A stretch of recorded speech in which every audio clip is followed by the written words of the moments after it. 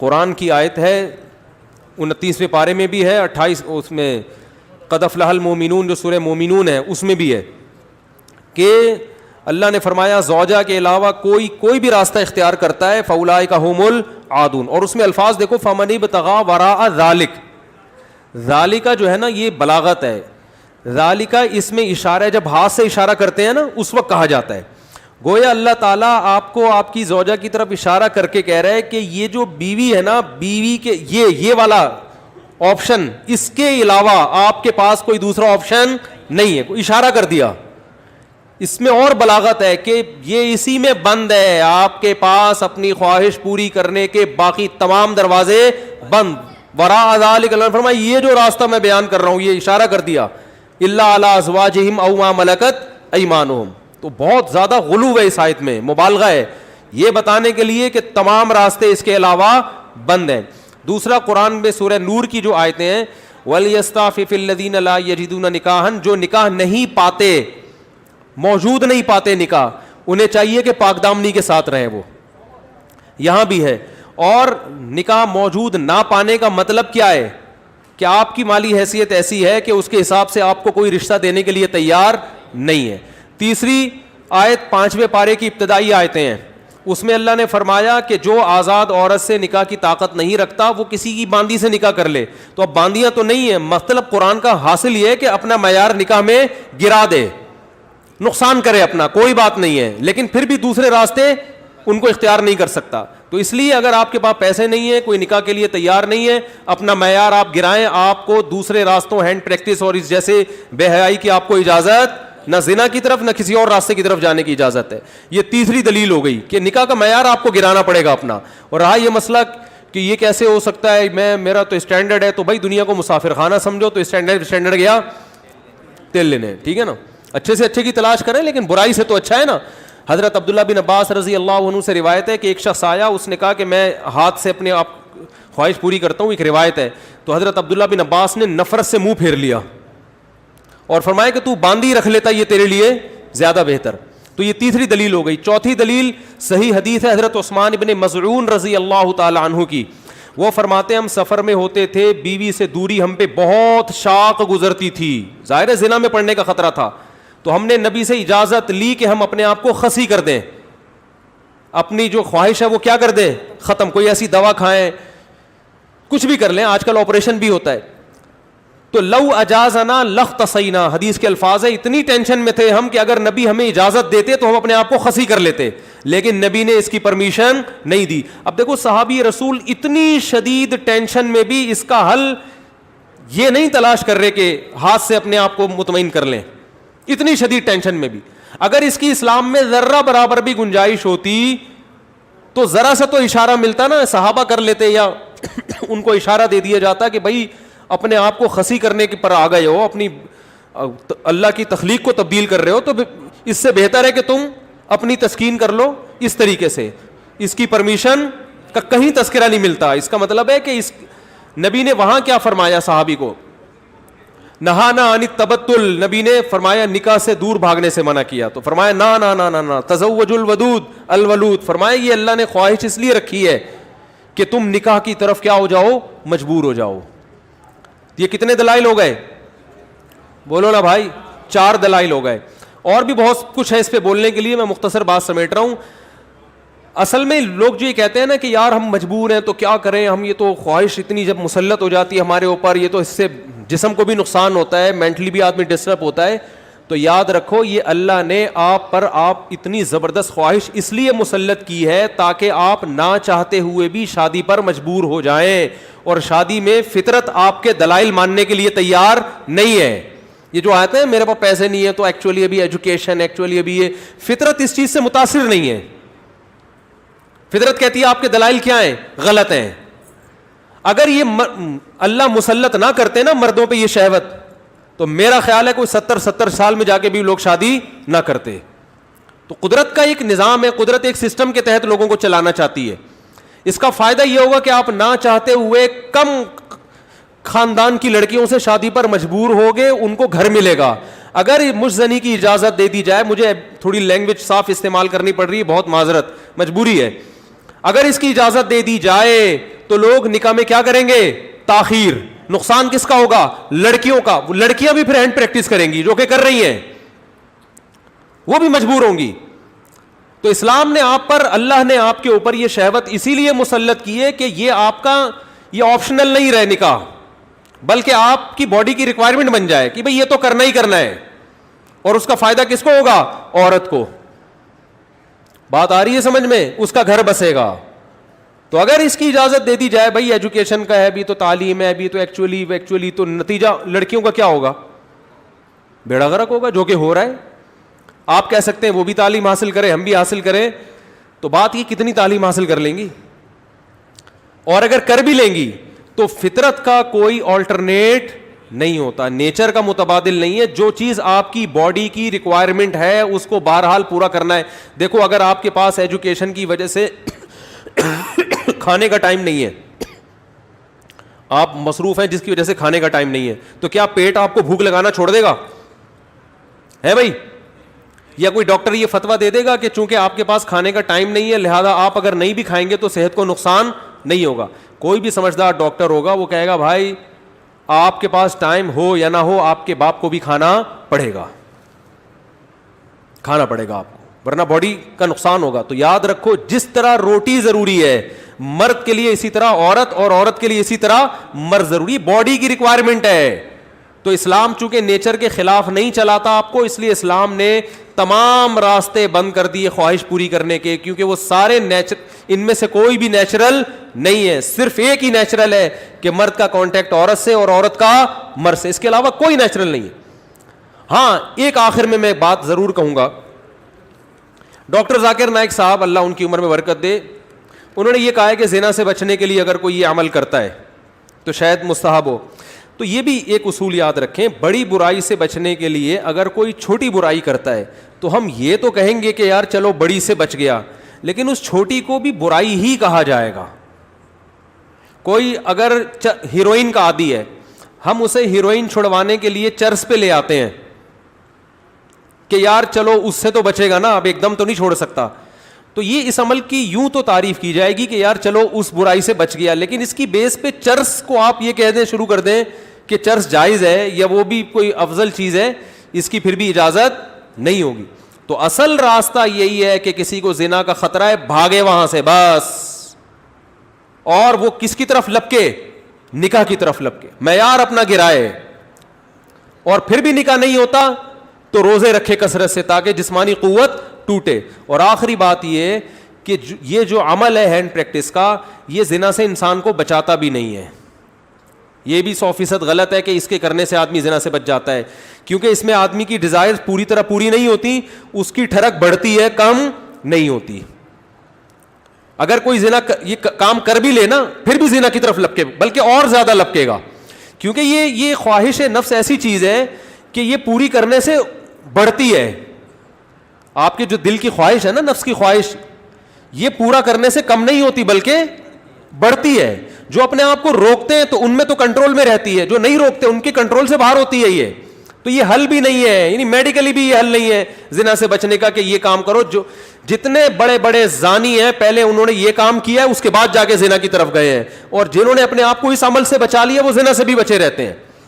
تو زنا سے بچنے کا جو قرآن میں اور احادیث میں ہمیں طریقہ ملتا ہے, جیسے یوسف علیہ السلام تھے, ان کو عورت نے دعوت دی زنا کی, وہ بھاگے ہیں, بس نکلنے کی کوشش کی انہوں نے وہاں سے. تو اصل حل اس کا یہ ہے. اور آخری بات یہ کہ یہ میں مانتا ہوں بہت سارے نوجوانوں کے حالات سامنے آئے ہیں جو اس لت, اچھا یہ بھی ایک فالٹ ہے اس میں کہ یہ عمل ایک دفعہ ہوتا نہیں ہے. آپ جو نوجوانوں کی ہسٹری جمع کریں نا, تو ایسا نہیں ہوتا کہ جس نے ایک دفعہ کیا تو بس زندگی میں ایک ہی دفعہ کیا کہ یار بہت زیادہ مجبور ہو گیا تھا تو یہ عمل کر لیا. نا نا نا نا, جس نے ایک دفعہ کیا وہ دن میں 10 دفعہ بھی کرتا ہے پھر یہ عمل. اس کو ایسی حص اس کی بڑھ جاتی ہے اور ٹھڑک بڑھ جاتی ہے کہ پھر یہ معاملہ اس کے کنٹرول سے باہر نکل جائے. وہ 100 بار توبہ کرے گا, 100 بار توبہ توڑے گا وہ.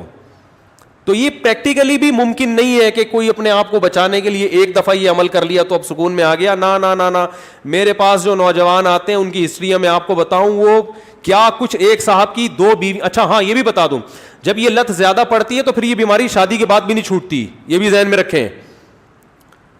ایک صاحب, میں نے جو زندگی میں سب سے پہلا فتویٰ لکھا ہے نا وہ کیا تھا, آپ حیران ہوں گے. یہ 1999 میں سوال آیا, ایک آدمی کی 2 بیویاں, اسے نکاح سے پہلے اس کی عادت پڑ گئی, یہی سوچ کے کہ یار ابھی اپنے آپ کو ٹھنڈا کر لیتا ہوں, تسکین کر لیتا ہوں, برائی سے بچ جاؤں گا, یہ ہو جائے گا وہ ہو جائے گا. شیطان نے الٹے سیدھے اس کو جو ہے نا دلائل دیے, اور کہتا ہے مجھے یہ برائی جب ہو گیا تو چسکا لگ گیا. پھر کہہ رہے پھر جب میں نے نکاح کیا ہے نا, ایک شادی کی ہے تو میری یہ عادت نہیں چھوٹی, دوسری 2 بیویاں اس کی, کہہ رہے پھر بھی نہیں چھوٹی. تو کہہ رہے میں اتنا غصے میں آ جاتا تھا کہ یار میری بیویاں بھی ہیں پھر بھی مجھے ان کو تسکین اس میں ہوتی ہے. پھر بالکل ایسے ہے جیسے لوط علیہ السلام کی قوم کو جب لڑکوں کی عادت پڑ گئی تو اب ان کو عورت سے تسکین بولتے کیوں نہیں ہو رہی. تو یہ ہینڈ پریکٹس کا ایک یہ بھی بڑا نقصان ہے کہ جب اس کی لت پڑ جاتی ہے تو شادی کے بعد بھی یہ عادت نہیں چھوٹتی. تو وہ کہہ رہا ہے میری 2 بیویاں تھیں, 1999 کی بات کر رہا ہوں میں, اس نے سوال بھیجا. تو کہہ رہا ہے کہ میں اتنا مجبور ہو گیا کہ ایک دن میں نے قسم اٹھائی کہ آئندہ میں نے اپنے ہاتھ سے اپنے آپ کو فارغ کیا تو میری دونوں بیویوں کو 3 طلاقیں.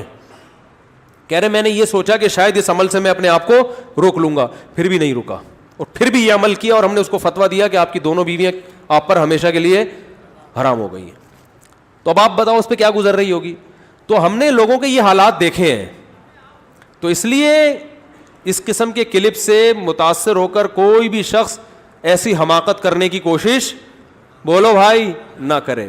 اور میرا مقصد آپ کو کسی کو مایوس کرنا نہیں ہے. اگر کوئی نوجوان اس بیماری میں مبتلا ہو گیا ہے تو حدیث میں آتا ہے ما انزل اللہ من داء الا انزل له شفاء, ہر بیماری کا اللہ نے شفا پیدا کی ہے. تو مایوس نہ ہو. وہ سب سے پہلے تو وہ نکاح کرے تاکہ معاملہ آگے بڑھے نہیں, کیونکہ اگر نہیں کرے گا نا یہ پھر یہاں تک رکے گا نہیں معاملہ.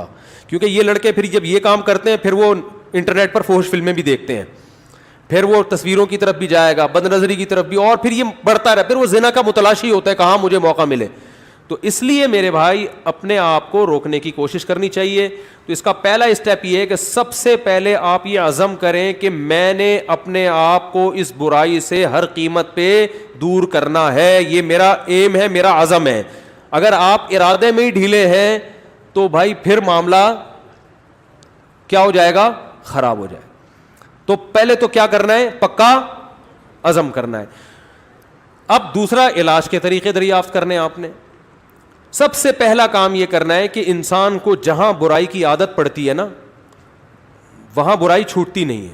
آپ کی کوئی خاص ایسی جگہ جہاں آپ سونے کے لیے لیٹتے تھے اور وہاں پر آپ پہ یہ شہوت کا جنون چڑھتا تھا, تو اپنا ٹھکانہ وہاں سے کیا کر لو, چینج کر لو. رات کو سونے سے پہلے مطالعہ کر کے سو. کوئی اپنے سرہانے کتاب رکھی جائے. جو نوجوان خدا نخواستہ کوئی اس میں مبتلا ہے تو اس کو بتا رہا ہوں میں, اپنے سرہانے کیا رکھیں, کوئی دلچسپ کتاب رکھیں. بستر پہ جیسے ہی لیٹے, جو معمولات ہیں نا آیت الکرسی پڑھنا, دعائیں پڑھنا, بستر پہ لیٹنے سے پہلے پڑھ لیں وہ, تاکہ آپ جب بستر پہ جیسے ہی جائیں تو آپ کی سوچ جو ہے نا وہ مطالعے کی طرف چلی جائے. تو فوراً آپ نے کیا کرنا ہے, جیسے ہی سونے کے لیے لیٹے کتاب آپ کے پاس ہونی چاہیے.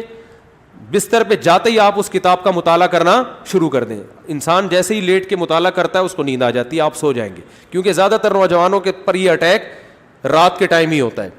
دوسرا کام ہو گیا. تیسرا مسئلہ یہ ہو گیا کہ آپ کسی ڈاکٹر کو بھی بتائیں, ماہر نفسیات کو, لیکن ماہر نفسیات سے کہیں کہ مجھے یہ برائی چھڑوانی ہے, کیونکہ ماہر نفسیات بعض دفعہ اور ڈال دیتے ہیں اس برائی میں.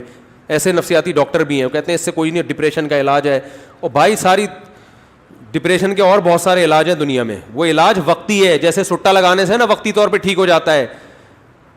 تو اب یہ بیوقوفی ہے نا کہ سٹے لگا کے ڈپریشن کا علاج, اس سے ڈپریشن بڑھتی ہے, کم نہیں ہوتی. وقتی کم ہوگی, اگلے دن اس سے بڑا اٹیک ہوگا آپ کے اوپر, سارا دن پھر یہی کرتا رہے گا. ایسے ایسے لڑکے آ کے بتاتے ہیں کہ آدمی حیران ہوتا ہے, یار تمہاری ہڈیوں میں اتنا جوس کہاں سے آیا, تم مر کے ختم ہو جاؤ گے اللہ کے بندو. تو وہ یہی کرتے رہتے ہیں ڈپریشن. تو ماہر نفسیات بھی الو سب کچھ سب کو نہیں پتا ہوتا. تو ماہر نفسیات سے بولیں کہ مجھے یہ برائی چھڑوانی ہے ایسی کی تیسی, آپ کے باقی افلاطونیاں بقراتیاں اپنے پاس رکھو, آپ یہ برائی مجھے کیا کرنی ہے. تو نفسیاتی بھی ٹوٹکے ہوتے ہیں, کچھ طریقے ہوتے ہیں. کوئی ماہر ڈاکٹر ہوگا انشاءاللہ آپ کو ایسے طریقے بتائے گا, ایسے ٹوٹکے بتائے گا, ایسی تدبیریں بتائے گا کہ آہستہ آہستہ یہ برائی آپ سے انشاءاللہ چھوٹ جائے گی. اور ایک اور کام, دعا بھی مانگنی ہے, کسی شیخ سے اصلاحی تعلق بھی قائم کرو.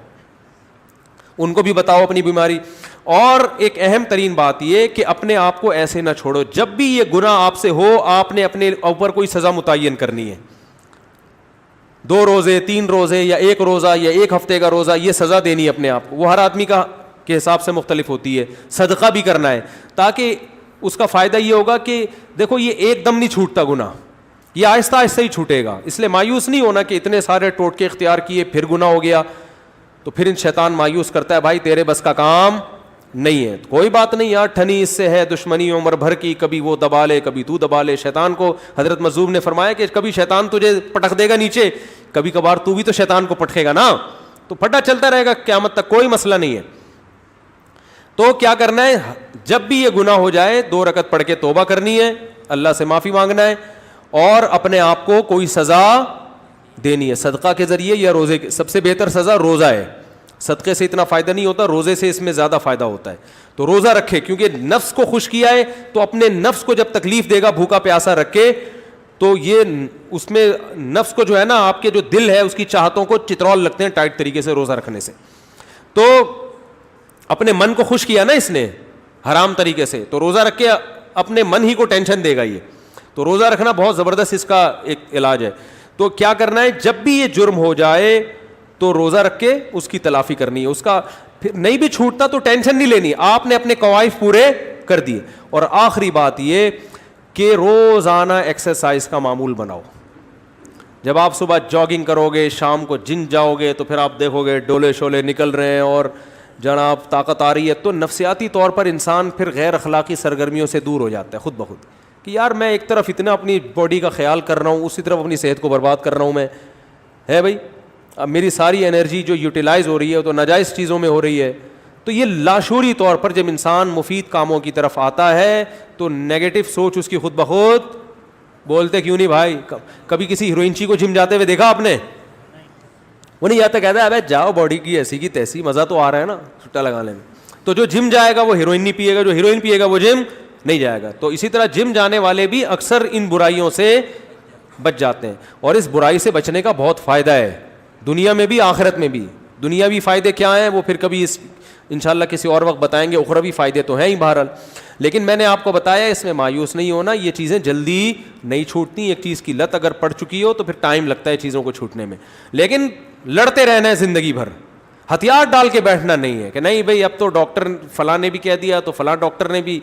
ایک لڑکے کو ڈاکٹر نے خود اس مرض میں ڈالا ہے, وہ بچتا تھا ان چیزوں سے, ڈاکٹر کے پاس گیا, ڈاکٹر نے کہا کوئی حرج نہیں ہے اس میں کر لو, کوئی میڈیکلی کوئی نقصان نہیں ہے.